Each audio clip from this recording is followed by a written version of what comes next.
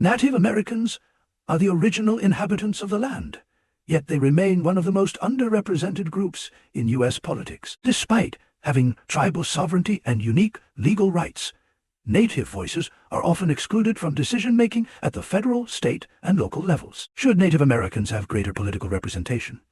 Or is the current system sufficient?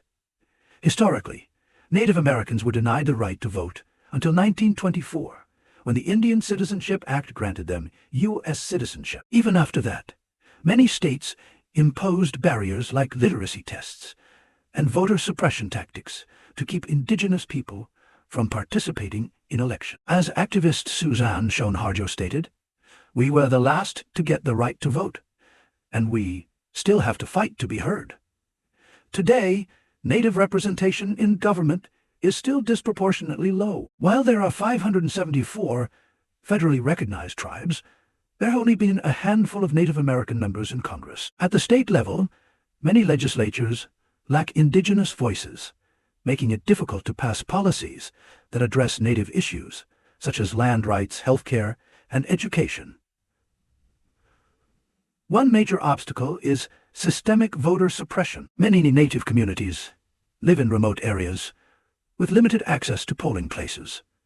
Some states require residential mailing addresses to register to vote, despite the fact that many reservations use P.O. boxes. Additionally, gerrymandering has diluted Native voting power, making it harder for indigenous candidates to win elections.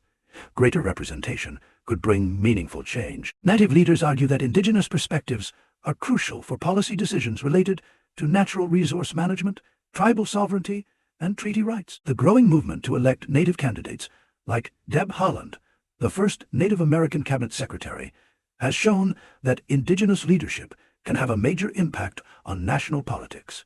However, increased representation alone is not enough. There must also be stronger legal protections for Native voting rights, efforts to combat disenfranchisement, and respect for tribal governance. As Cherokee Nation Principal Chief Chuck Hoskin Jr.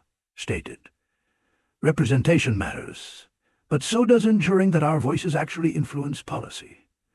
So, should Native Americans have more political representation? The answer seems clear. A truly democratic system should reflect all the people it governs. The real question is, how can the U.S. ensure that Native voices are not just present, but truly heard? What do you think? Let's continue the conversation.